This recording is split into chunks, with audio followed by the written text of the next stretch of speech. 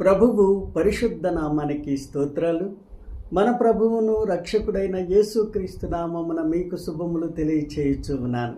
ఈ దినమందు పరిశుద్ధాత్మదేవుడు ఒక ప్రత్యేకమైన సందేశాన్ని మన మధ్యకు తీసుకురావాలని ఆశపడుతూ ఉన్నాడు. సందేశం ఏమనగా, are you listening to God's voice? దేవుని స్వరం వినుచున్నావా? దేవాది దేవుని యొక్క స్వరమును వినుచున్నావని పరిశుద్ధాత్మ దేవుడు ప్రతి ఒక్కరిని ప్రశ్నిస్తూ ఉన్నాడు. దేవుడు తన మాట ద్వారా తన స్వరమును వినిపించి భూమి ఆకాశములను సూర్యచంద్ర నక్షత్రాలను సృష్టించగలిగాడు. అదే స్వరముతో సర్వ జీవరాశిని సృష్టించాడు. మనిషిని తన స్వరూపములోను తన పోలికలోను సృష్టించాడు.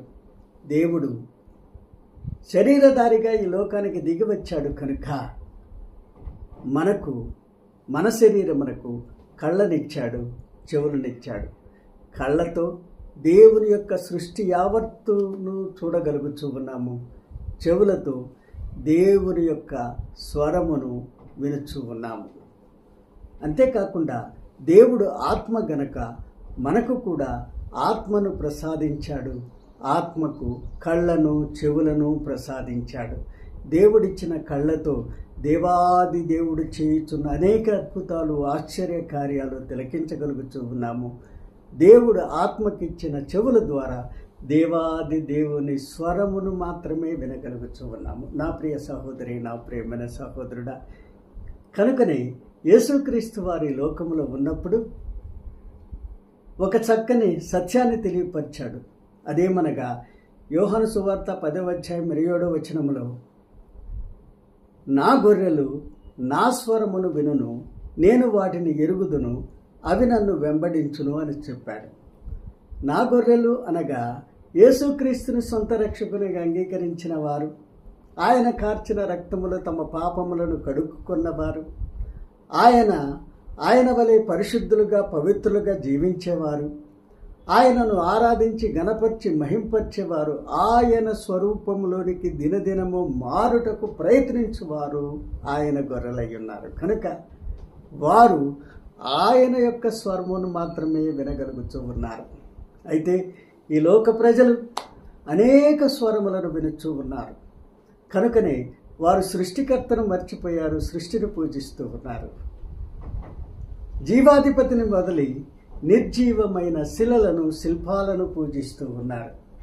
పరలోకము నుండి ఈ లోకానికి మన కొరకై దిగి వచ్చిన దేవుని కుమారుని విసర్జించి వారు ఈలోక బాబాలను, మేమే దేవుళ్ళమని ప్రకటించుకునే ఈలోక బాబాలను వెంబడిస్తూ ఉన్నారు, వారిని పూజిస్తూ ఉన్నారు. నా ప్రియ సహోదరి, నా ప్రియమైన సహోదరుడా, ఈ దినమందు పరిశుద్ధాత్మదేవుడు ఈ సత్యాన్ని మనకు బయలుపరిచాడు. సృష్టికర్త ఎవరని బయలుపరిచాడు. ఆయన మనలను ఆయన స్వరూపములోని సృష్టించాడు గనుక ఆయన స్వరం వినేటట్లు మనల్ని చేయించు ఉన్నాడు. దేవుని యొక్క స్వరమును ఏ విధముగా వినగలము, ఎన్ని విధాలుగా వినగలమని మనం ఆలోచించినప్పుడు, మొట్టమొదటిగా దేవాది దేవుడు వాక్యముతో మనతో మాట్లాడుతూ ఉన్నాడు కనుక ఆయన స్వరమును వాక్యము ద్వారా మనం వినగలుగుతూ ఉన్నాం. God is speaking to us through his word and therefore we are listening his voice through his word. సామెతల గ్రంథము 4వ అధ్యాయం 20వ వచనం మనం చదివినట్లయితే, నా కుమారుడా, నా మాట ఆలకించుము, నా వాక్యములకు నీ చెవియొగ్గుము, నీ కన్నుల ఎదుట నుండి వాటిని తొలగనీయకుము, నీ హృదయమందు వాటిని భద్రము చేసుకొనుము. దొరికిన వారికి అవి జీవమును, వారి సర్వ శరీరమునకు ఆరోగ్యమును ఇచ్చుచున్నవి. దొరికిన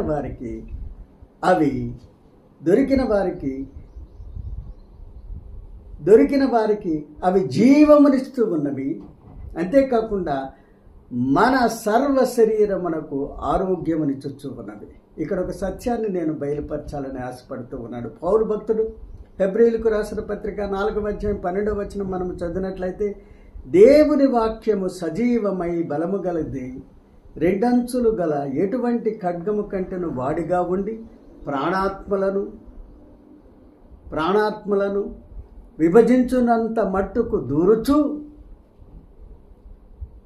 హృదయం యొక్క తలంపులను ఆలోచనలను వేరు చేయించు ఉన్నదని చదువుతూ ఉన్నాము. కనుక దేవుని వాక్యము జీవము గలదై బలము గలదై ఉన్నది. దేవుని వాక్యము మన హృదయంలోనికి ప్రవేశించి మన హృదయాన్ని సరిచేయుచూ ఉన్నది. అంతేకాకుండా ఇర్మియా భక్తుడు మరి ఒక సత్యాన్ని బయలుపరుస్తూ ఉన్నాడు. అదేమనగా ఇర్మియా 15:16 నీ మాటలు నాకు దొరకగా నేను వాటిని భుజించితిని.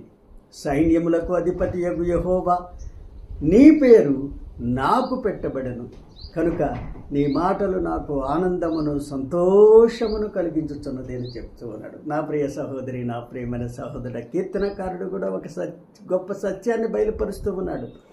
నీ మాటలు నా కాళ్లకు దీపమై ఉన్నవి, నా త్రోవకు వెలుగై ఉన్నదని చెప్తూ ఉన్నాడు. నీ మాటలు తేనె కంటే తీపిగా ఉన్నవి, ఎంతో మధురమై ఉన్నాయని కీర్తనకారుడు ప్రకటిస్తూ ఉన్నాడు. కనుక దేవుని మాటలు అంత మధురముగా ఉన్నవి. ఈ లోకములో దగ్గర 10 ప్రామాణిక గ్రంథాలు ఉన్నాయి. ఏ గ్రంథము చేయలేని కార్యము బైబిల్ చేయుచు ఉన్నది. అదేమిటనగా బైబిలు పాపులను పరిశుద్ధులుగా మార్చుతూ ఉన్నది, దుర్మార్గులను సన్మార్గులుగా చేయుచున్నది, నరకానికి నడిచే వారిని పరలోకము వైపు పయనించినట్టు చేయుచు ఉన్నది. All the religious books give us information. Somebody ఇస్తే ఒక దైవజనుడు అంటున్నాడు, ఏమని అనగా all the religious books are giving information, some books give reformation, Bible alone gives us transformation. ఎందుకు? Because we are listening God's voice. ఇక్కడ ఒక సత్యాన్ని మీకు అనుకుంటున్నాను. ఆండ్రూ బోనార్ అనేటువంటి స్కాట్లాండ్ దైవజనుడు అంటున్నాడు, నేను నిద్రలేవగానే దేవుని స్వరము వినకుండా ఎవరి మాటలు వినను. నేను నిద్రలేవగానే దేవునితో మాట్లాడకుండా ఎవరితో మాట్లాడను అని చెప్తూ ఉన్నాడు. నా ప్రియ సహోదరి, నా ప్రియమైన సహోదరుడా, కనుక మనము నిద్రలేవగానే ఏం చేస్తూ ఉన్నాము? ఇతరులతో మాట్లాడడానికి మొబైల్ ఛార్జ్ చేస్తూ ఉన్నాము. ఆకలి అవుతుందని కిచెన్లో పోయి కాఫీలు టీలు పెట్టుకొని తాగుతున్నాము, టిఫిన్లు తింటూ ఉన్నాము. మనము బయటికి ఆఫీసుకు పోవడానికి మన బైక్ ఆర్ కార్ పెట్రోల్ ఉందా లేదని చెక్ చేస్తూ ఉన్నాము. అయితే దేవుడిచ్చిన ఆత్మను ఎండగడుతూ ఉన్నాము. కనుకనే మనము ఎండిన బ్రతుకులను మనం ఈ లోకానికి చూపిస్తూ ఉన్నాము. నా ప్రియ సహోదరి, నా ప్రియమైన సహోదరుడా, కనుక దేవాది దేవుడిచ్చిన ఆత్మకు మనము దేవుని స్వరము వినిపించే వారిమై ఉండాలా. ఈ ఆత్మతో దేవాది దేవునితో మాట్లాడేవారిమై ఉండాలా. కనుక మనము దేవుని వాక్యము చదువుతున్నట్లయితే దేవాది దేవుడు తన స్వరాన్ని మనకు వినిపించేవాడై ఉన్నాడు. రెండవదిగా దేవుడు మనతో ఏ విధంగా మాట్లాడుతూ ఉన్నాడనగా, రెండవదిగా కళలు, దర్శనాల ద్వారా మనతో మాట్లాడుతూ ఉన్నాడు. God is speaking to us through dreams and visions. We are also listening to God's voice through dreams and visions. ఆదికాండము 28:12 మనం చదివినట్లయితే, అప్పుడు అతడు, ఎవరు? యాకోబు, ఒక కలగన్నాడు. అందులో ఒక నిచ్చెన భూమి మీద నిలువబడి దాని కొన ఆకాశమునకు అంటెను. దాని మీద దేవదూతలు ఎక్కుచూ దిగుచూ ఉండిరి అని చదువుతూ ఉన్నాము. ఇక్కడ యాకోబు తండ్రిని మోసం చేశాడు, అన్నను మోసం చేశాడు. అన్న కోపము నుండి పారిపోయి తన మేనమామ ఇంటికి పారిపోతూ దారిలో అతడు చీకటి పడగానే అక్కడ ఒక రాయి తీసుకొని తల కింద పెట్టుకుని నిద్రపోయాడు. అతడు ఒక కలగన్నాడు. ఆ కలలో ఏమి చూస్తున్నాడనగా ఒక నిచ్చెన చూస్తూ ఉన్నాడు. భూమిని మీద నిలబడి ఉన్నది, దాని కొన ఆకాశమనగా పరలోకమును అంటి ఉన్నది. అయితే దేవదూతలు దానిని ఎక్కుచూ ఉన్నారు, దిగుచూ ఉన్నారు. నా ప్రియ సహోదరి, నా ప్రియమైన సహోదరుడా, ఇక్కడ పరిశుద్ధాత్మ దేవుడు మనకు బయలుపరిచే సత్యమేమనగా ఈ నిచ్చెన యేసుక్రీస్తు అయ్యున్నాడు. మనము ప్రార్థనలో మోకరించినట్లయితే దేవదూతలు మన ప్రార్థన విజ్ఞాపనలన్నీ పరలోకము తీసుకుని పోవును. మన ప్రార్థనలకు జవాబులు పరలోకము నుండి ఈ లోకానికి తీసుకుని వస్తూ ఉన్నాయి. ఇది ఈ నిచ్చెన యొక్క అర్థము. కనుక దేవాది దేవుడు యాకోబు కలల ద్వారా అతనితో మాట్లాడు. మన వ్యక్తిగత జీవితంలో కూడా దేవుడు మనతో మాట్లాడాలంటే, కలల ద్వారా, దర్శనాల ద్వారా మనతో మాట్లాడాలంటే మనము దేవుని వాక్యము అనుదినము ధ్యానించే వారిమై ఉండాలా, ప్రార్థనలో ప్రభువుతో మాట్లాడే వారిమై ఉండాలి. మనము నిద్రించేటప్పుడు తల కింద దిండు పెట్టుకుని నిద్రపోయే ముందు దేవుని వాక్యము చదివి ప్రార్థనలో ప్రభువుతో మాట్లాడుతున్నట్లయితే దేవాది దేవుడు కలల ద్వారా మనతో మాట్లాడేవారై ఉన్నాడు. ఆయన స్వరమును మనము వినేవారిమై ఉన్నాము. మూడవదిగా దేవుడు ప్రవచనాల ద్వారా కూడా మనతో మాట్లాడుతూ ఉన్నాడు. దేవుడు ప్రవచనాల ద్వారా, God is speaking to us through prophecies. అంతేకాకుండా we are also listening God's voice through prophecies. ఎస్కేలు గ్రంథము 37వ అధ్యాయం 1వ వచనం మనం చదివినట్లయితే దేవుడైన యెహోవా ప్రవక్త అయిన ఎస్కేలును ఒక ఎండిపోయిన ఎముకల లోయలోనికి తీసుకుని వెళ్ళాడు. అక్కడ ఎండిన ఎముకలన్నీను చూపిస్తూ ఉన్నాడు. ప్రవక్తతో చెప్తూ ఉన్నాడు, ఈ ఎముకలు బ్రతుకున్నట్లు ప్రవచించమన్నాడు. దేవుని ఆజ్ఞ మేరకు అతడు ప్రవచించగా, ఎస్కేలు గ్రంథం 37వ అధ్యాయం 10వ వచనము, ఆయన నాకు ఆజ్ఞాపించినట్లు నేను ప్రవచించగా జీవాత్మ వారిలోనికి వచ్చి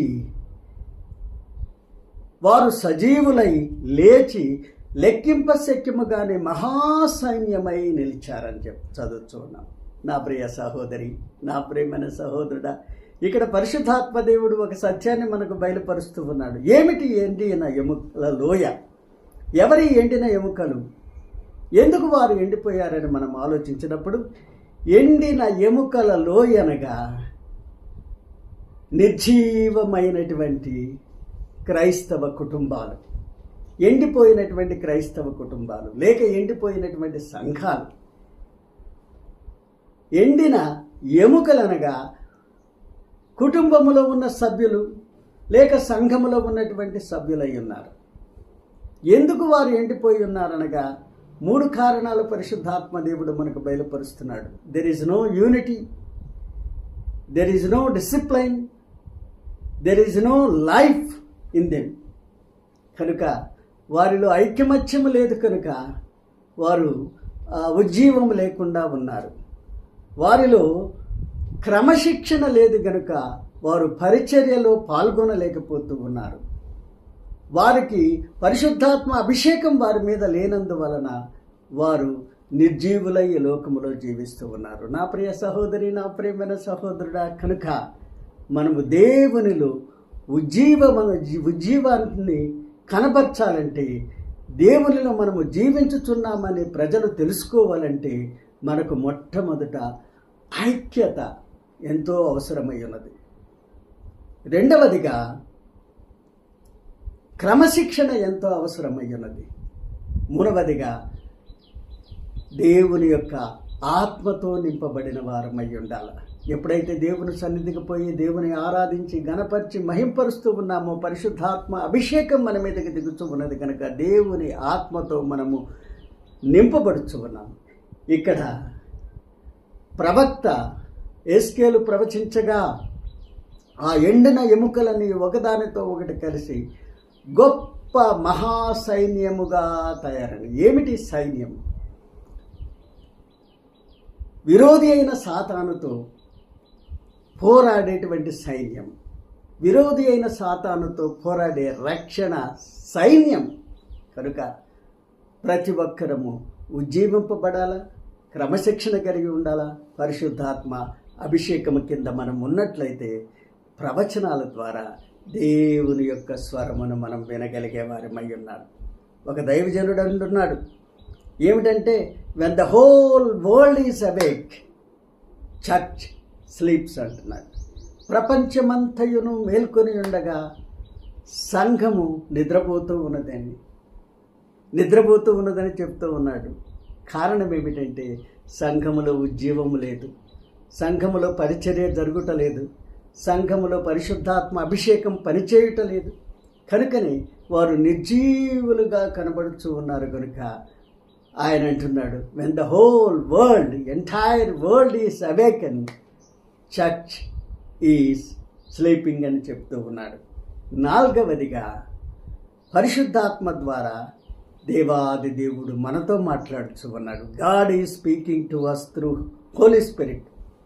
we are also listening to God's voice through Holy Spirit. పరిశుద్ధాత్మ ద్వారా దేవుని స్వరమును మనం వినగలుగుతూ ఉన్నాం. అపోస్తుల కార్యములు 2వ అధ్యాయం 17వ వచనం మనం చదివినట్లయితే, అంత్య దినముల యందును నేను మనుషులందరి మీద నా ఆత్మను కుమ్మరించదను, మీ కుమారులను కుమార్తెలను ప్రవచించెదరు, మీ యవనస్తులకు దర్శనములు కలుగును, మీ వృద్ధులు కలలు కందురు అని చెప్తూ ఉన్నాడు. కనుక అంత్య దినముల యందు దేవాది దేవుడు తన ఆత్మను ప్రతి ఒక్కరి మీద కుమ్మరించుచూ ఉన్నాడు. కనుక మనం అంత్య దినములలో ఉన్నాము కనుక పరిశుద్ధాత్మ దేవుడు మన మీదకి వచ్చునది గమనించే వారిమై ఉండాలి. ఎందుకంటే దేవాది దేవుడు తన ఆత్మను మన మీద కుమ్మరించుచూ ఉన్నాడు. దేవుడు ఎవరి మీద ఆత్మను కుమ్మరించుచూ ఉన్నాడు అనగా, ఎవరైతే దేవుని స్వరం వింటూ ఉన్నారో, దేవుని వాక్యం అనుదినము ధ్యానిస్తూ ఉన్నారో, ఎవరైతే దేవునితో అనుదినము మాట్లాడుతున్నారో, ప్రార్థన ద్వారా ప్రభువుతో మాట్లాడుతూ ఉన్నారో, దర్శనాల ద్వారా ప్రభు స్వరమును వినుచూ ఉన్నారో, ఎవరైతే ప్రవచనాలు పలుకుతున్నారో, ప్రవచనాల ద్వారా సంఘాన్ని ఉజ్జీవింపజేస్తూ ఉన్నారో, అటువంటి వారి మీదకి పరిశుద్ధాత్మ దేవుడు దిగుతూ ఉన్నాడు. పరిశుద్ధాత్మ దేవుడు తన స్వరాన్ని వినిపిస్తూ ఉన్నాడు. The Holy Spirit is a great communicator. ఒక దైవజనుడు చెప్తూ ఉన్నాడు ఏమనగా, Holy Spirit is the great communicator. He handles even communication system. దేవాది దేవుని స్వరము వినిపించడానికి పరిశుద్ధాత్మ దేవుడు మార్గమై ఉన్నాడు. ఈ లోకములో ప్రజలు పరిశుద్ధాత్మ స్వరం వినటం లేదు, దేవాది దేవుని స్వరము వినటలేదు. వారు దేవుని ద్వారా కలలు కనటం లేదు, దేవాది దేవుని దర్శనాలు పొందటలేదు. వారు ఎవరి స్వరాన్ని వింటున్నారంటే దయ్యం స్వరాన్ని వినుచు ఉన్నారు, దేవునికి విరోధి అయిన సాతాను స్వరం వినుచు ఉన్నారు. కనుక ఈ లోకములో ఏమి జరుగుతుంది? అన్యాయము, అక్రమము, దుర్మార్గము, దుష్టత్వము ఎవ్రీవేర్. ద్వేషము, పగ, ప్రతీకారము, ఉగ్రవాదము, మతద్వేషాలు, యుద్ధాలు, ఎక్కడ చూసినా యుద్ధాలు, సంవత్సరాల తరబడి యుద్ధాలు జరుగుతున్నవి. అనేక మంది, లక్షల మంది సైనికులు అన్యాయముగా, అక్రమముగా మరణిస్తూ ఉన్నారు. నా ప్రియ సహోదరి, నా ప్రియమైన సహోదరుడా, కనుక ఒక క్రైస్తవునిగా, విశ్వాసిగా, దేవుని బిడ్డగా మనము దేవుని యొక్క స్వరమును వినగలిగే వారమైనట్లయితే, ఆయన వాక్యము ద్వారా దేవుని స్వరం వినగలుగుతున్నామంటే, ప్రార్థనలో ప్రభువుతో మనం మాట్లాడి దర్శనాలు పొందగలుగుతున్నామంటే, దేవుని యొక్క వాక్యాన్ని, దేవాది దేవుని స్వరం విని ఈ లోకానికి ప్రవచించే వారిగా ఉన్నట్లయితే, దేవాది దేవుడు పరిశుద్ధాత్మ అభిషేకం కింద మనల్ని నింపుతూ ఉన్నాడు. పరిశుద్ధాత్మ ద్వారా అనేక సత్యాలు ఈ లోకానికి మన ద్వారా బయలుపరుస్తూ ఉన్నాడు. కనుక పరిశుద్ధాత్మ దేవుని యొక్క స్వరం వినేవారిగా ఉండాలా. దేవాది దేవుని యొక్క స్వరము మనము ఎల్లప్పుడూ వినేవారిగా ఉండాలా. దేవుడు మనల్ని దీవించును గాక. దేవాది దేవుడు మనల్ని అందరినీ ఆశీర్వదించును గాక. ఒక్క నిమిషం ప్రార్థన చేద్దాం. పరిశుద్ధుడా, ప్రేమ కలిగిన తండ్రి, దయగల ప్రభువా, నీ స్వరమును వినిపించి నీవు మాతో మాట్లాడిన ప్రతి మాట కొరకై నీకు వందనాలు చెల్లిస్తున్నాను. అయ్యా, వాక్యము ద్వారా మాతో మాట్లాడుచున్నావు. మీ స్వరమును వినగలుగుతూ ఉన్నాము. కలల ద్వారా మాతో మాట్లాడుచున్నావు. నీ స్వరమును వినగలుగుతూ ఉన్నాము ప్రభువా. అయ్యా, దర్శనాల ద్వారా కూడా మాతో మాట్లాడుచున్నావు. మీ స్వరమును మేము వినగలుగుతూ ఉన్నాము. దేవా, మా ద్వారా ఈ లోకానికి ప్రవచింపజేయచ్చు ఉన్నాము. ప్రవచనాల ద్వారా కూడా నీ స్వరాన్ని మేము వినగలుగుతున్నాము. అన్నిటికంటే ముఖ్యంగా పరిశుద్ధాత్మ స్వరాన్ని మేము వినే విధముగా చేసావు ప్రభువా. పరిశుద్ధాత్మ అభిషేకాన్ని మాకు అనుగ్రహించావు. నీ స్వరమును వినిపించావు. నీకు స్తోత్రాలు. ఇదిగో ఈ యొక్క వాక్యాన్ని వినుచున్న ప్రతి కుటుంబాన్ని దీవించండి. ఆ కుటుంబంలో ఉన్న ప్రతి ఒక్కరికి ఆరోగ్యమును, ఆయుష్ను, బలమును, శక్తిని ప్రసాదించండి. నీ పరిశుద్ధ దేవదూతలను ఆ కుటుంబము చుట్టూ కాపలా ఉంచి ఆ కుటుంబాన్ని కరుణించి కాపాడి సంరక్షించమని మా ప్రభువును మా రక్షకుడైన యేసుక్రీస్తు పరిశుద్ధ నామమును అడిగి వేడుకొనుచున్నాము తండ్రి. ఆమేన్, ఆమేన్, ఆమేన్. దేవుడు మనల్ని దీవించును గాక.